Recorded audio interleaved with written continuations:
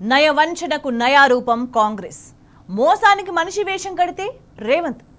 నిజానికి కాంగ్రెస్ పాపాల పాలనను వర్ణించాలంటే ఈ పదాలు కూడా సరిపోవు. ఎందుకంటే వాళ్ళ మోసాల్లో గాఢతాట్లాంటిది.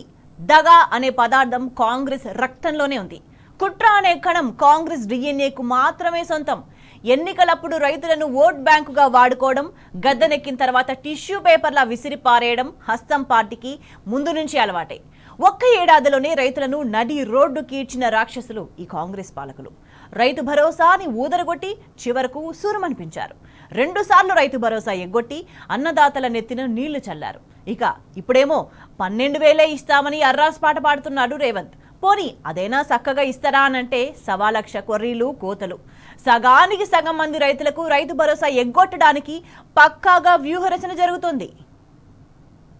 తెలంగాణ ప్రభుత్వం తీసుకున్న ఈ నిర్ణయం ఏదైతే ఉందో 15,000 రూపాయలు ఇస్తాం ఎకరానికి అని చెప్పి ఇవాళ 12,000కే కుదించి సంబురాలు చేయమంటున్న రేవంత్ రెడ్డి ప్రభుత్వం ఖచ్చితంగా తెలంగాణ ప్రజానీకాన్ని, తెలంగాణ రైతాంగానికి తీరని ద్రోహం చేస్తున్నది, తీరని అన్యాయం చేస్తున్నది.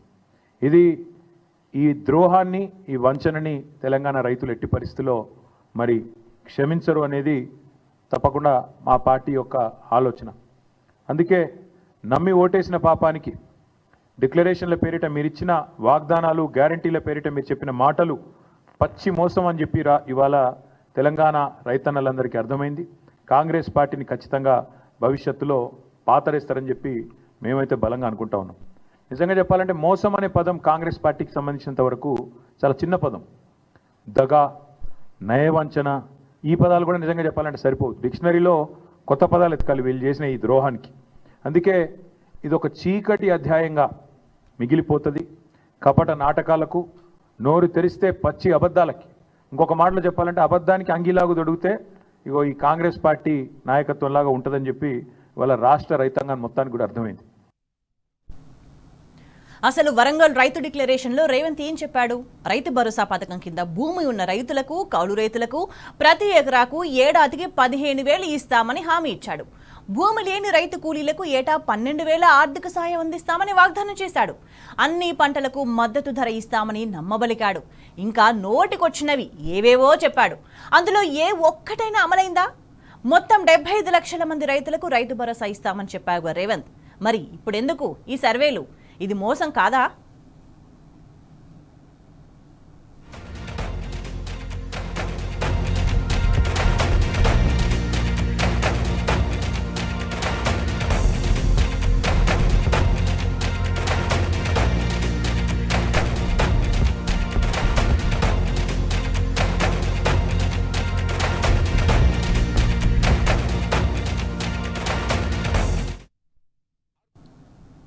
ఎన్నికలకు ముందు ఏమన్నాడు శుద్ధపూస రేవంత్? కేసీఆర్ 10,000 బిచ్చమేస్తున్నాడు, మమ్మల్ని గెలిపించండి, మేం 15,000 ఇస్తాం, రైతులను ఉద్ధరిస్తాం, అది చేస్తాం, ఇది చేస్తాం అన్నాడా లేదా?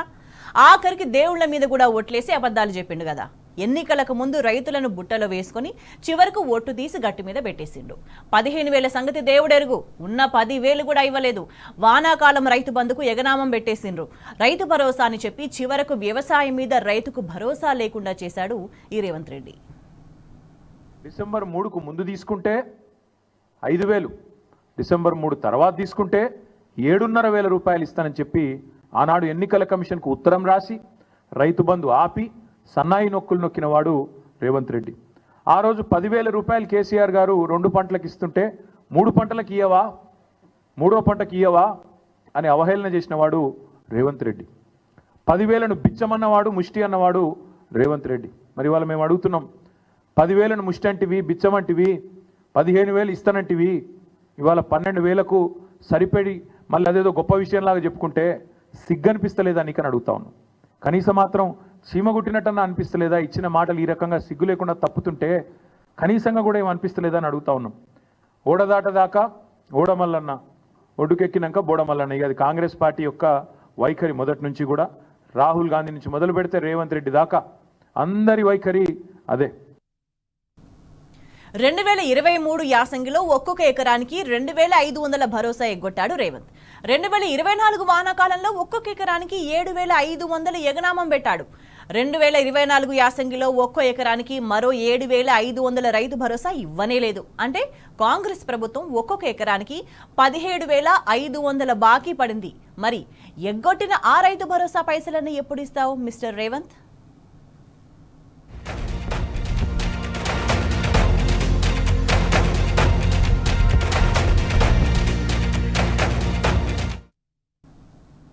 ఇన్ని రోజులు రైతు భరోసాను ఒక ట్రంప్ కార్డులా వాడుకున్నాడు రేవంత్ రెడ్డి. కమిటీల పేరుతో కాలయాపన చేసి ఏడాది పాటు టైంపాస్ చేశాడు. చివరకు ఇప్పుడు ఎకరానికి 12,000 ఇచ్చుకోగలం అంటూ లొల్లాయి పాట పాడుతున్నాడు. గంపడాసతో ఎదురు చూస్తున్న రైతులకు చావు కబురు చల్లగా చెప్పాడు. మరి ఇంతోటి దానికి కమిటీలు, సబ్ కమిటీలు ఎందుకో? కాంగ్రెస్ సర్కార్ చేసిన మోసంపై రైతన్నలు భగ్గుమంటున్నారు. కాంగ్రెస్ ప్రభుత్వం ఇచ్చిన హామీలు అమలు కాకపోవడంతో ఆదిలాబాద్ జిల్లా బేల మండలంలో రైతులు ఆందోళనకు దిగారు. జాతీయ రహదారిని దిగ్బంధించి నిరసన తెలిపారు. మాజీ మంత్రి జోగురామన్న కూడా రైతులకు సంఘీభావంగా ఆందోళనలో పాల్గొన్నారు. ఇచ్చిన హామీలన్నీ అమలు చేయాలని డిమాండ్ చేశారు.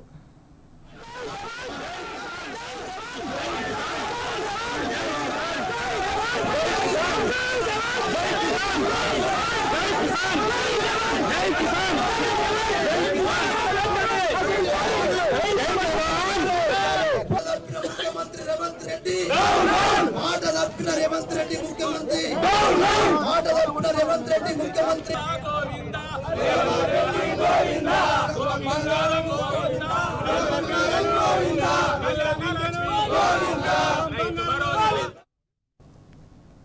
ఇందులో ఇంకో ప్రధానమైన మోసం ఏంటంటే సాగుకు యోగ్యమైన భూములకే రైతు భరోసా అంటున్నాడు రేవంత్. మరి సాగు లెక్కలు తేలక ముందే అందరికీ ఇస్తామని అసెంబ్లీలో ఆర్భాటకు ప్రకటనలు ఎందుకు చేసినట్టు మహానుభావ? అసలు సాగుకు యోగ్యం కాని భూముల లెక్క తేలేది ఎప్పుడు? ఏ ప్రాతిపదికన ఫలానా భూమి సాగుకు పనికొస్తుంది అని మీరు ఎట్లా నిర్ధారిస్తారు? మీరొచ్చి సర్వేలు చేసేదాకా రైతులు పొలాల కాడ ఎదురు చూడాలా? ఇవన్నీ జరిగే పనులేనా? మరెందుకు ఈ నంగి నాటకాలు? రైతు భరోసా పథకంలో అనర్హులను గుర్తించడానికే కదా ఈ డ్రామాలన్నీ.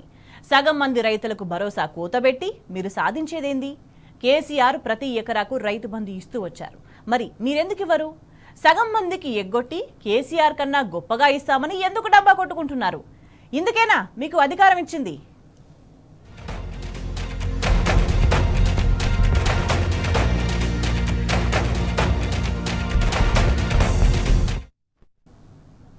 రైతు భరోసా కోసం ఏడాది కాలంగా రైతులు కొండంత ఆశతో ఎదురుచూశారు.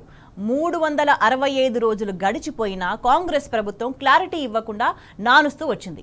రైతు భరోసాపై అసెంబ్లీలో చర్చ పెడతామని చెప్పి ప్రతిసారి దాటవేసి వెన్ను చూపించారు. ప్రధాన ప్రతిపక్షం బీఆర్ఎస్ పార్టీ అసెంబ్లీలో గట్టిగా నిలదీస్తే సమాధానం చెప్పకుండా పారిపోయారు. వానాకాలం సీజన్ ముగిసిపోయినా రైతు భరోసా ఇవ్వకుండా ముఖం చాటేశారు. సబ్ కమిటీ పేరుతో కాలయాపన చేస్తూ మీనమేషాలు లెక్కించారు.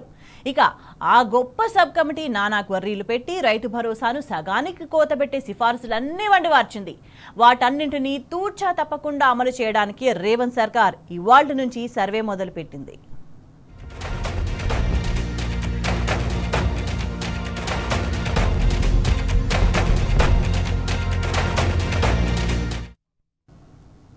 నిజానికి రైతులకు పెట్టుబడి గోస తీర్చాలి అనే సంకల్పంతోనే ఆనాడు కేసీఆర్ రైతు బంధు పథకాన్ని ప్రవేశపెట్టారు. ఈ పథకం కింద ఎకరానికి ఏటా 10,000 పెట్టుబడి సాయాన్ని అందిస్తూ వచ్చారు. ప్రతి సీజన్లో సుమారు 65 లక్షల నుంచి 70 లక్షల మంది రైతులకు పెట్టుబడి సాయం అందించారు. ఏడాదికి 7,500 కోట్ల రూపాయలను టంచనుగా రైతుల ఖాతాల్లో జమ చేశారు. ఇట్లా 11 విడతల్లో ఏకంగా 73,000 కోట్లను రైతులకు పెట్టుబడి సాయంగా అందించిన ఘనత కేసీఆర్ సర్కార్ది. గత 5.5 ఏళ్లలో ఏ సీజన్లోనూ రైతన్న పెట్టుబడి సాయం కోసం ఎదురు చూసింది లేదు.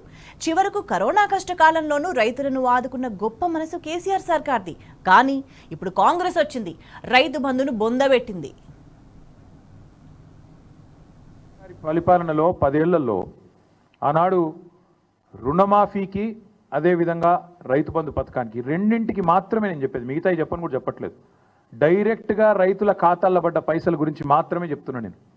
రైతు బంధు రూపంలో 73,000 కోట్లు, 27,500 కోట్ల రూపాయలు మీకు రుణమాఫీ రూపంలో. ఈ 2 పథకాలు మాత్రమే 1,00,000 కోట్ల రూపాయలు ఇవాళ రైతుల ఖాతాల్లో వేసిన ఘనత కేసీఆర్ ప్రభుత్వంది. ఇవాళ ఎన్నికల్లో మాట ఇవ్వకపోయినా, ఎన్నికల్లో ఓట్ల కోసం మీలాగా డిక్లరేషన్ల పేరిట మోసం చేయకపోయినా రైతు బంధు లాంటి పథకాన్ని భారతదేశంలో పెట్టిన మొట్టమొదటిసారి పెట్టిన నాయకుడు స్వతంత్ర భారతదేశంలో కేసీఆర్ గారు.